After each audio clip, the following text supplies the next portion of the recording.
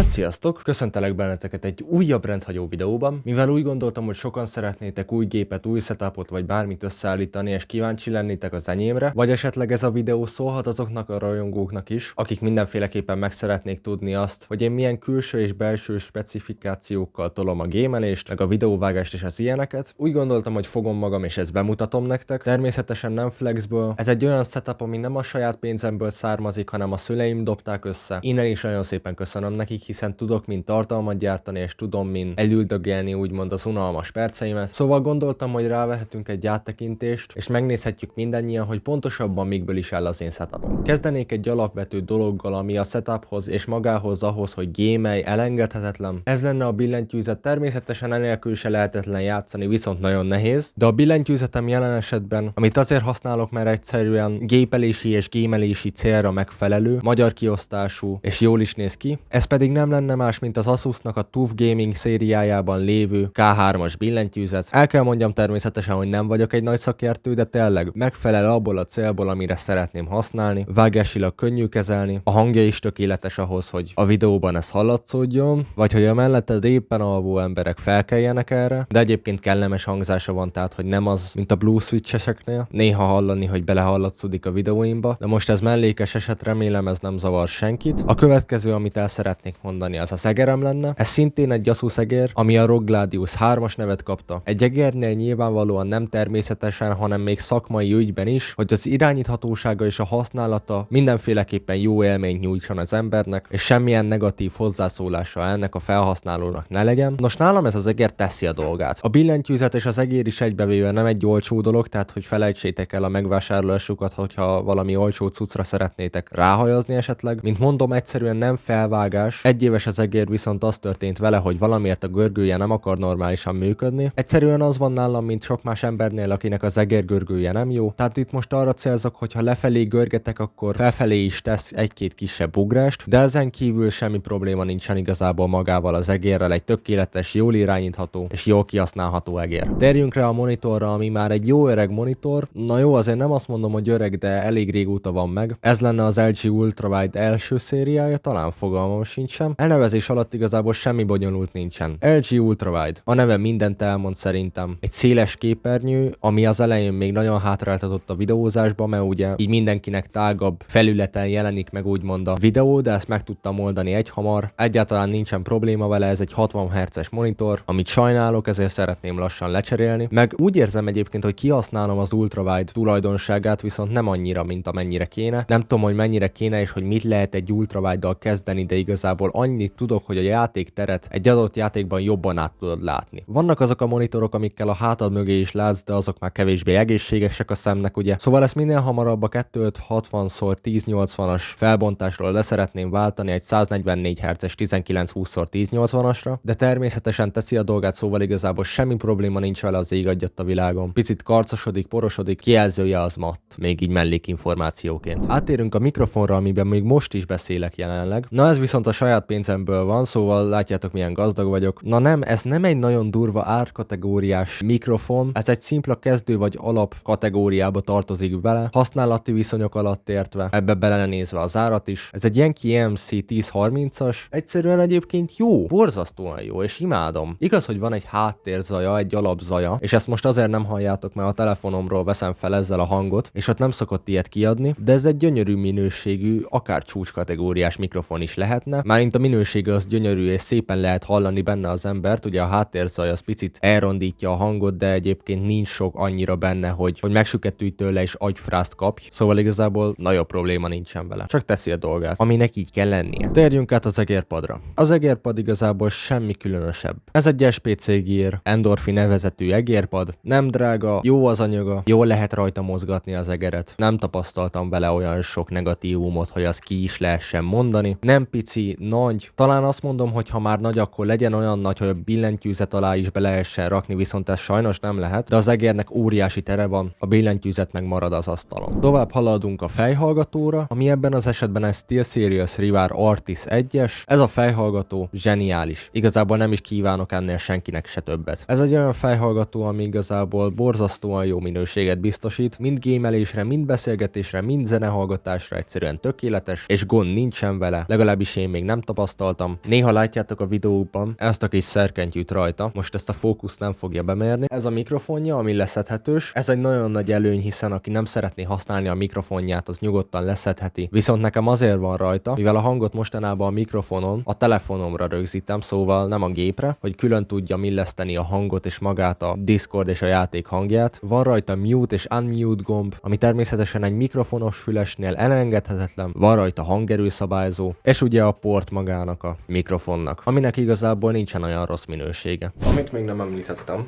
az maga az asztalom lenne, amin ez az egész fekszik. Teljesen megfelelő gamer asztalnak van fenntartva. Vannak rajta ilyen LED-síkok, amik ilyen kínaiul vannak megoldva, de azzal most ne foglalkozzunk. A lényeg, hogy jól néz ki. És igazából ez csak egy mellékinformáció, tehát nem kell nagyon ezzel foglalkozni. Ez egy sima asztal, nem tudom, 120 cm-es, azt hiszem a szélessége, aztán 60 valahány a hosszúsága, vagy 70. Magassága meg nem tudom, az is ilyen 70 körül lehet. És a másik meg még a székem, amire nem vetettem szemet. Nem egy olyan érdekes szék, igazából annyi a lényege, hogy ülj rajta. Ez egy ilyen olcsó kategóriás szék, Used-be lehet ilyet kapni. A karfái azért vannak így felhajtva, mert nem használom, mert az egyik az magasabban van, mint a másik. Szóval igazából igen, ennyi a lényeg. És így igazából elérkeztünk ahhoz a legfontosabb részhez, ami a legtöbbeteket érdekelheti, sőt amiket felsoroltam tárgyak enélkül használhatatlanok. Ez pedig maga a gépház és a benne lévő specifikációk. Annyi hozzászólásom van, hogy ezt a gépet tudom dicsérni és meg nem is. A config az egyben jó, de nem jó. Nem vagyok egy gépszakértő, szóval aki itt például ilyennel foglalkozik, az mondja meg nyugodtan a saját véleményét, hiszen erre hallgatni fogok, mert a problémák ugye sosem oldódnak meg magától, és ezeket is ki kell javítani. Akkor kezdjük is a jól fenntartható gép egyetlen egy elengedhetetlen specifikációjáról, ami kívül is elhelyezkedik, ez pedig maga a gépház, amiben, hogyha mi most azt szeretnénk nézni, amiről valóban szó van, vagyis az én gépemet, akkor az egy Fantex Eclipse P400-as. Ez egy jól hűtő gépház, én ajánlom mindenkinek, van belőle LED-es verzió is, csak ez egy picivel drágább. Természetesen ti döntitek el, hogy ti mit szeretnétek választani, úgy gondolom, hogy ez mindenkinek a saját véleménye. Természetesen a benne lévő perifériák nem fáradoznak, mert kapnak elég hűtést ahhoz, hogy normálisan működjenek, és egy jó megelégedettségi arány biztosít úgymond a használójának igazából, mert ugye nekem is ezt tette, személy szerint, és mielőtt bárki beszólna, ezek a termékek egyáltalán nem támogatták ezt a videót. Tovább lépünk a processzorra, ami benne elhelyezkedik. Az egy Ryzen 7 5700X-es processzor, 8 mag van benne, 16 szálas, mi kell még? Ez egy tökéletes processzor, hogyha játékra szeretnéd használni. Mellette elhelyezkedik 2x8 GB Kingston Fury RAM, ami igazából RGB-s, de úgy nagyjából senkinek se ajánlom, hogy megvegyen egy RGB-s RAM-ot csak a látvány érdekében, de egyébként a gépnek a kinézetéhez hozzátesz, szóval ez egy pluszpont. Vajon miért? Hát RGB-s, ki nem szeretné? Térjünk rá a videókártyára, amit hamarosan váltani szeretnék, és nem is véletlen. Ez egy Gigabyte GeForce RTX 2060-as. Nos, most így ebben a videóban nem akartam egyáltalán az anyagiakra kitérni, de el kell mondjam, hogy megvétel után találtam rá egy 3060-ra, sőt magára a 3060 Ti-ra is, ami ennél olcsóbb, és 6 GB-os helyett 8 GB-os, ezért szeretném ezt a videókártyát váltani. Amúgy meg sok gond nincsen vele, tehát hogy egyáltalán nem úgy érzem, mintha bármi probléma lenne vele, csak zavarja az OCD-met az, hogy ennél kapok jobbat olcsóbban. De hagyjuk az anyagiakat. Szeressük azt, amink van, gyerekek,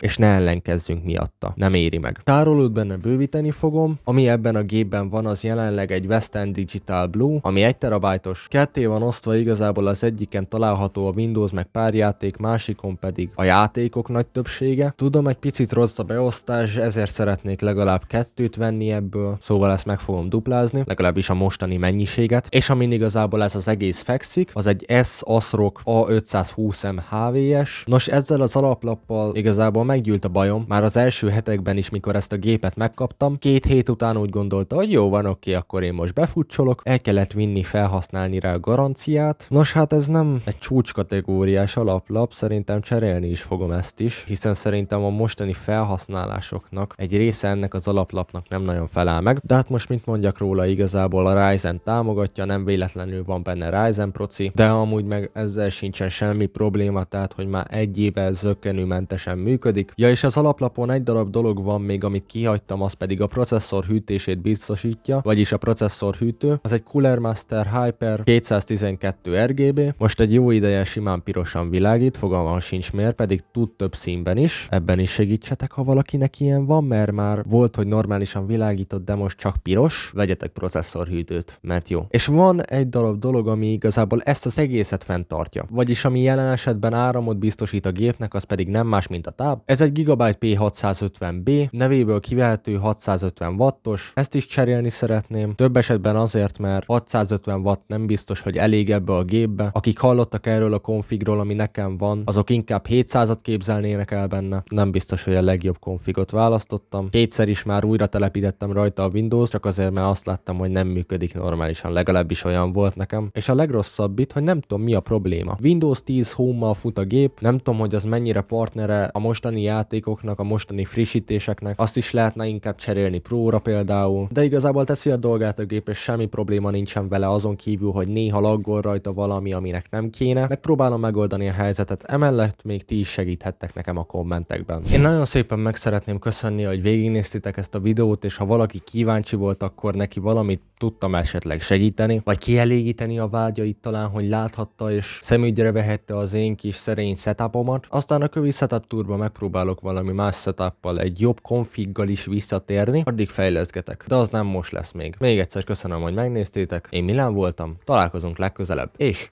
sziasztok!